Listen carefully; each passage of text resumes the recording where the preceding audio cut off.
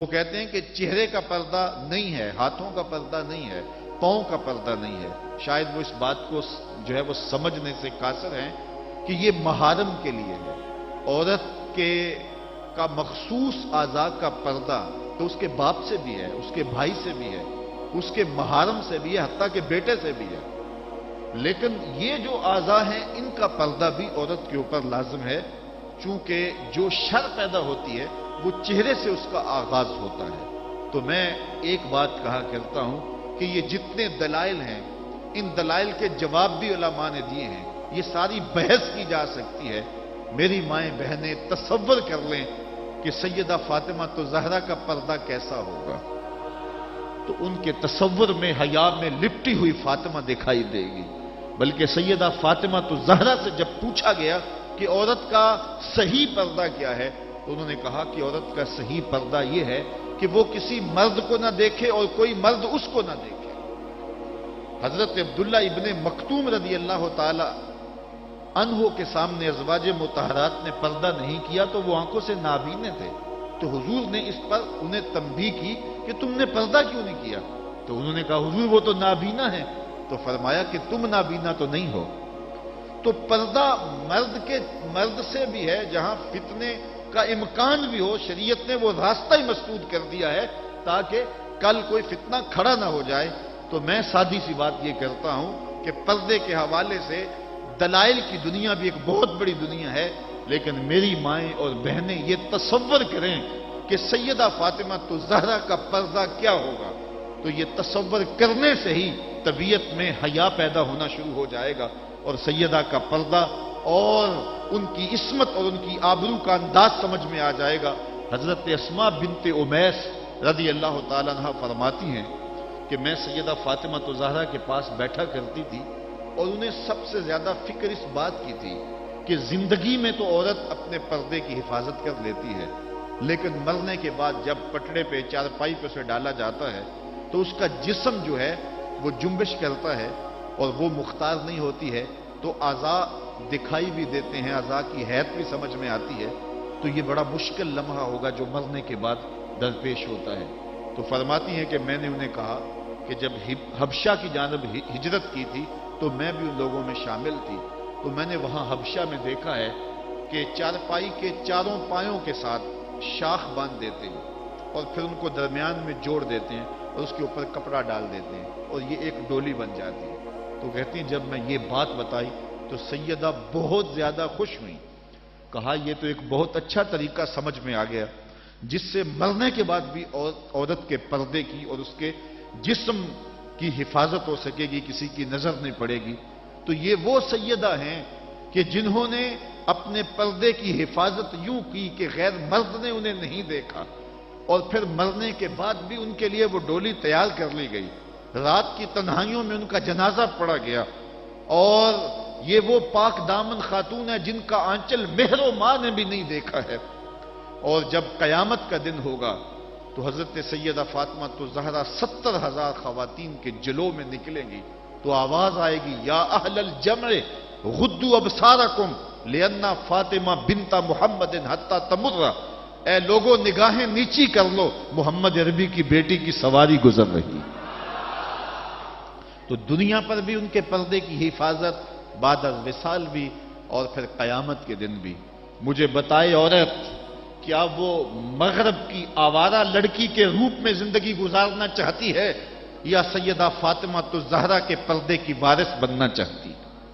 وہ سڑکوں پر لہرا کر چلنے میں فخر محسوس کرتی ہے یا کہ وہ اپنے مخصوص پردے میں لپٹ کر کے تقدس مہاب انداز میں گھر سے مجبوراً نکلنا پڑے تو نکلنا پسند کرتی ہے؟ کوئی بھی شریف زادی یہ پسند نہیں کرے گی کہ وہ مغرب کی حیا باختہ لڑکیوں کی طرح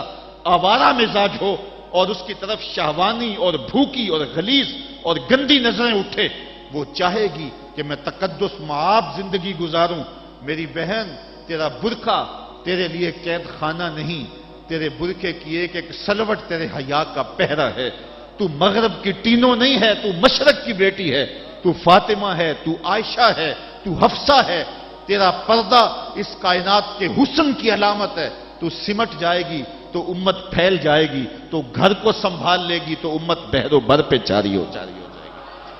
تو عورت کو گھر میں سمٹ کر کے اپنی اندرون خانہ ذمہ داریوں کو سنبھال کر کے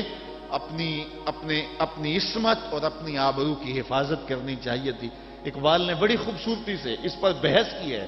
کہ عورت کے لیے پردہ ضروری ہے یا نہیں، اور پھر کہا عورت کو یہ خود اپنے آپ سے پوچھنا چاہیے کہ وہ کس روپ میں اچھی لگتی ہے۔ ذرا دیکھیے اقبال کا لہجہ، اللہ اکبر۔ اس راز کو عورت کی حقیقت ہی کرے فاش، مجبور ہے معذور ہے مردانے خرد مند، کیا چیز ہے آرائش و زیبائش میں زیادہ، آزادی نسواں یا زمرد کا گلو بند۔ اقبال کہتا ہے کہ عورت اپنے اندر کی عورت سے پوچھے کہ اس کے لیے حسن کہاں ہے، زمرد کا گلو بند اس کو دیا جائے اور وہ پردے میں جو ہے وہ سمٹ کر کے گھر کی ملکہ بن کے رہے، تو یہ اس کے لیے زیادہ اعزاز اور عزت اور فخر کی بات ہے، یا وہ جو ہے وہ آزادی نسواں کے نام سے بازاروں میں گھومتی پھرے اور مردوں کے سامنے ہنس ہنس کے باتیں کرتی پھرے۔ ایک عورت 4 گھر کے افراد کی خدمت کو اپنے لیے بوجھ سمجھتی ہے اور اسلام کو مطعون کرتی ہے کہ اسلام نے مجھے جو ہے وہ پابند کر دیا ہے اور گھر کے اندر محدود کر دیا ہے، اور میں اتنے بچوں کی تربیت میرے کندھوں پہ ڈالتی ہے، اور میں شوہر کی خدمت بھی کروں، بچوں کی خدمت بھی کروں، تو اسلام نے تو میرے اوپر بڑی پابندی لگا دی ہے، مجھے آزادی ملنی چاہیے۔ اور وہ عورت جو 4 بچوں کی خدمت اپنے لیے بوجھ سمجھتی ہے، اور پھر وہ 300 مسافروں کو ہنس ہنس کے کبھی پانی پیش کرتی ہے، کبھی کھانا پیش کرتی ہے، 300 مسافروں کو ہنس ہنس کے مسکرا کے لہک لہک کے پانی پیش کرنا اور کھانا دینا، اور مختلف ذہنیتوں اور گندی سوچوں کے حاملین لوگ بھی اس طبقے میں موجود ہوتے ہیں اور ان کی شہوانی نظروں کا شکار ہونا، کیا عورت کے لیے یہ عزت ہے؟ یا عورت کے لیے یہ عزت ہے کہ گھر کی 4 دیواری میں سمٹ جائے اور تقدس ماحول کے اندر اپنے بچوں کی تربیت کرے؟ عورت کو جتنی ذمہ داریاں دی گئی ہیں وہ صرف ان کو سنبھال لے اور ان کے سنبھالنے کا حق ادا کر دے تو وہ ایک اچھے معاشرے کی تشکیل کی ضمانت بن جاتی ہے۔ سیدہ فاطمہ الزہرا رضی اللہ تعالی عنہا کا وجود ہمارے لیے ایک روشن، ایک منور اور ایک تابع جو ہے وہ وجود ہے، جس سے ہم مقدرات اسلام کی تربیت کے خد و خال لے سکتے ہیں۔ اقبال کہتا ہے تو نہ دانی کہ سوزے کراتے تو دیگر گوں کر تقدیر عمر را، میری بہن اگر تو بہن ہو کے قرآن پڑھے تو عمر کی تقدیر بدلتی ہے، اور اگر تو ماں ہو کے قرآن پڑھے تو بیٹا نیزے کی نوک پہ قرآن سناتا۔ کربلا کے تپتے ہوئے ریگزار میں پیاسا ہونے کے باوجود حضرت امام حسین جو باطل کے آگے ڈٹے ہوئے ہیں اور جھک نہیں رہے ہیں، اور 71 لاشیں کندھوں پہ اٹھا کے خیموں تک پہنچا چکے ہیں، پھر بھی استقامت کا کوہ گراں بنے ہوئے ہیں، یہ حسین ابن علی کا کمال تو دکھائی دیتا ہی دیتا ہے، لیکن ذرا غور کی آنکھ سے دیکھو پیچھے فاطمہ کے دودھ کا اثر دکھائی دیتا ہے۔ تو اگر مائیں پردے میں سمٹ جائیں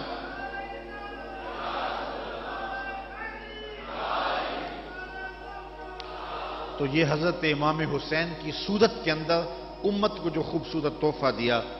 بلکہ یہاں اقبال تو بے خود ہو گیا نا، وہ کہتے ہیں آپے سے باہر ہونے کی کیفیت، کہ عقیدت کا رنگ ایسا چڑھا کہ بس جذبات سے مغلوب ہوا۔ اقبال کہتا ہے کہ وہ کہتا ہے کہ رشتہ آئین حق زنجیر پاس فرمانے جناب مصطفیٰ، ورنہ گردے تربتش گردید میں سجدہ برخا کے او پاشید میں۔ اے فاطمہ جو کام تو نے کیا، اگر شریعت کے حکم کی زنجیریں میرے پاؤں میں نہ ہوتی اور آپ کے باپ کا ہی حکم کہ اللہ کے علاوہ کسی اور کو سجدہ جائز نہیں، یہ مجھے ملحوظ نہ ہوتا تو میں کعبے کی طرف رخ کر کے سجدہ کرنے کی بجائے تیری قبر کی مٹی کی طرف منہ کر کے سجدہ کرتا، اور میں کعبے کا طواف کرنے کی بجائے تیری قبر کا طواف کرتا، کیونکہ جو کام تو نے کیا ہے وہ کسی اور نے نہیں کیا۔ نبی کے گھر کی ہے عظمت نبی سے سنتے ہیں، علی کے گھر کی ہے عزت علی سے سنتے ہیں، وہ جس نے معزز کیا گھرانے کو، حسین پال کے جس نے دیا زمانے کو۔ تو یہ تھا حضرت سیدہ فاطمہ الزہرا رضی اللہ تعالی عنہا کا کردار۔ آج کی عورت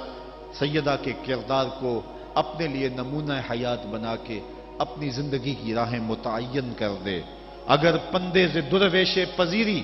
ہزار امت بمیرت تو نہ میری، بطول باش و پنہا شو ازیں اثر کہ در آغوش شبیر بگیری۔ اگر فقیر کی ایک بات تو مان لے، ہزار امت مر جائے گی۔ اقبال کہتا امت مسلمہ تجھے زوال نہیں آ سکتا،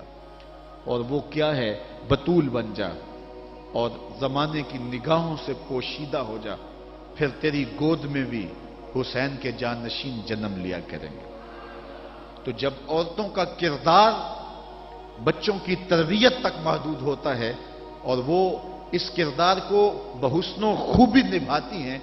تو پھر ایک اچھا معاشرہ تشکیل پاتا ہے۔ لیکن جب حیا باختگی زمانے کو جکڑ لیتی ہے تو پھر قومیں اپنا وجود کھو دیتی ہیں۔ ہمیں ان تمام اسباب پہ غور کرنا چاہیے جس نے اس امت کو عروج سے زوال کی طرف دھکیل دیا، تو ہمیں ایک سبب یہ دکھائی دے گا کہ مخدرات اسلام کا جو کردار تھا، جو ذمہ داریاں تھیں، وہ اس نے پھر ادا جب کرنا چھوڑ دی اور اپنے دائرہ کار سے باہر آ گئیں، تو پھر وہ ذمہ داریاں نہ نبھانے کے سبب امت روح بزوال ہوئی۔ گھروں میں بیٹھ کر کے ماؤں نے تربیت کی تھی۔ ہم نے دور اسلام کے اندر بڑے بڑے مشکل حالات دیکھے ہیں۔ مشکل حالات میں جب اسلام پہ سخت سے سخت وقت آئے، لیکن جب درگاہیں بند ہوں گی، جب خانقاہیں بند ہو گئیں، جب مدارس دینیاں بند ہو گئے، جب اذانوں پہ پابندی لگ گئی، جب بہت کچھ ہوا تھا، لیکن ماں کی گود کی درسگاہ تو کبھی بند نہیں نہ ہوتی ہے۔ تو ماؤں نے اس وقت دین کو زندہ رکھا۔ آج بھی ہمیں اسی طبقہ نساء سے امید ہے کہ یہ دوبارہ امت کی نہضت کے لیے جو ہے وہ ایک با ہمت کردار ادا کریں گی۔ اللہ تعالیٰ خواتین اسلام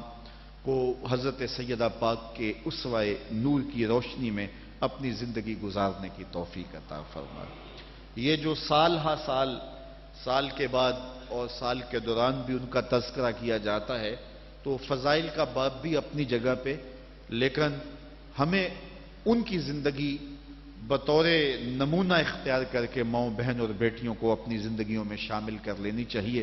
تاکہ جو ہے وہ اس سے روشنیاں اور اجالے زندگیوں میں شامل کر لیے جائیں۔ اللہ تعالیٰ اپنی خاص رحمتوں سے ہمیں مالا مال کرے اور اپنی خاص کرم نوازیوں سے ہم سب کو اپنی رحمتوں سے